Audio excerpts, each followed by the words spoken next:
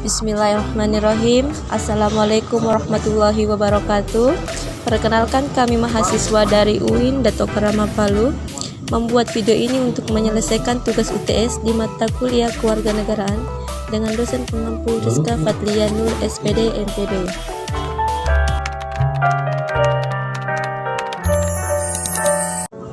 Baik, di sini saya akan memandu video presentasi pada kesempatan kali ini. Sebelum kita beranjak ke materi selanjutnya, izinkan kami memperkenalkan diri terlebih dahulu.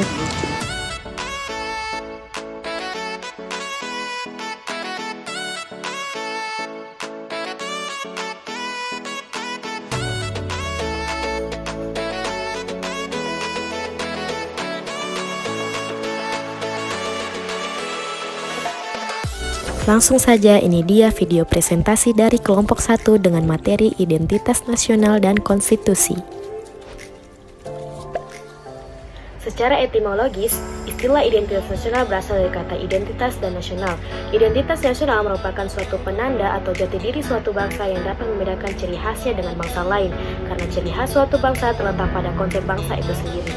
Adapun faktor pembentuk identitas nasional itu sendiri, yang pertama faktor primordial, meliputi ikatan kekerabatan, kesamaan suku bangsa, daerah asal, bahasa, dan adat istiadat. Yang kedua faktor sakral, agama dan ideologi merupakan faktor sakral yang dapat membentuk bangsa negara. Yang ketiga sejarah bangsa, persepsi yang sama tentang pengalaman masa lalu seperti sama-sama menderita karena penjajahan tidak hanya melahirkan solidaritas, tetapi juga tekad dan tujuan yang sama di antara masyarakat. Dan yang terakhir tokoh, kepemimpinan dari para tokoh yang dihormati oleh masyarakat dapat menjadi faktor yang menyatukan bangsa. Ada 10 bentuk-bentuk identitas nasional Indonesia. 1. Bahasa nasional atau bahasa persatuan, yaitu bahasa Indonesia. 2. Bendera negara, yaitu sang merah putih. 3. Lagu kebangsaan, yaitu Indonesia Raya. 4. Lambang negara, yaitu Garuda Pancasila. 5. Semboyan negara, yaitu Bhinneka Tunggal Ika. 6. Dasar falsafah negara, yaitu Pancasila. 7. Konstitusi negara, yaitu UUD 1945. 8. Bentuk negara kesatuan Republik Indonesia yang berkedaulatan rakyat. 9. Konsepsi wawasan Nusantara. Yang ke-10. Kebudayaan daerah yang telah diterima sebagai kebudayaan nasional. Faktor pendukung kelahirannya identitas ada 6. 1. Faktor objektif. Faktor objektif ini meliputi faktor geografis dan demografis. Kondisi geografis yang membentuk Indonesia sebagai negara kepulauan yang memiliki iklim tropis. 2. Faktor subjektif. Faktor ini meliputi faktor sosial, politik, kebudayaan, dan juga sejarah yang dimiliki oleh bangsa Indonesia. 3. Faktor primer. Faktor ini meliputi etnis, teritorial, bahasa, dan juga 4. Faktor pendorong. Faktor ini meliputi komunikasi dan juga teknologi, seperti lahirnya angkatan bersenjata dalam kehidupan negara. 5. Faktor penarik. Faktor ini meliputi bahasa, birokrasi yang tumbuh, dan sistem pendidikan. 6. Faktor kreatif. Faktor ini meliputi dominasi, pencarian identitas, dan juga penindasan. Fungsi identitas nasional. Yang pertama, sebagai alat pemersatu bangsa. Fungsi identitas nasional adalah sebagai alat untuk mempersatukan bangsa, khususnya bagi negara yang majemuk. Sebagaimana diketahui, Indonesia terdiri dari berbagai macam suku, agama, dan kebudayaan. Maka, identitas nasional hadir untuk memadukan keberagaman masyarakat tersebut menjadi satu. Kedua, sebagai pembeda dengan bangsa lain, seperti yang dipaparkan sebelumnya, bahwa identitas nasional merupakan ciri khas suatu bangsa. Maka, terbentuknya identitas nasional akan menjadikan Indonesia menjadi lebih unik dan lebih mudah dikenali oleh dunia. Ya, sebagai landasan negara, artinya identitas nasional digunakan sebagai pegangan dan pijakan agar suatu negara dapat mewujudkan cita-citanya. Landasan negara Indonesia adalah Pancasila, yang nilai-nilainya digali dari kebudayaan luhur bangsa. 5 dasar inilah yang kemudian digunakan sebagai pedoman dalam kehidupan berbangsa dan bernegara. Keempat, perlindungan diri dari dampak buruk globalisasi. Globalisasi adalah proses integrasi internasional yang terjadi karena pertukaran pandangan dunia, produk, dan aspek-aspek kebudayaan lainnya. Globalisasi mendatangkan peluang sekaligus tantangan. Nah, cara untuk menyaring pengaruh dari globalisasi adalah dengan menjadikan identitas nasional sebagai rujukan.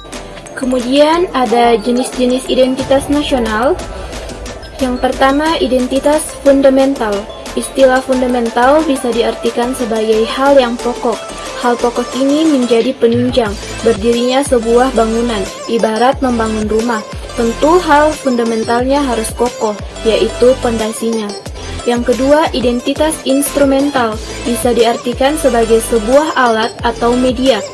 Identitas instrumental dalam Identitas Nasional Indonesia adalah Undang-Undang Dasar 1945.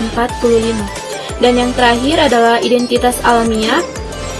Identitas ini bersifat alami, hal yang alami tercipta dari kuasa Tuhan Yang Maha Esa. Identitas ini meliputi negara Indonesia yang berbentuk kepulauan dengan jumlah yang ribuan. Istilah konstitusi dapat kita ketahui terbagi kepada 6. Yang pertama yaitu berasal dari bahasa Inggris, yaitu Constitution. Yang kedua bahasa Belanda yaitu Constitu. Yang ketiga bahasa Latin yaitu Constituere. Yang keempat bahasa Prancis yaitu Constituere.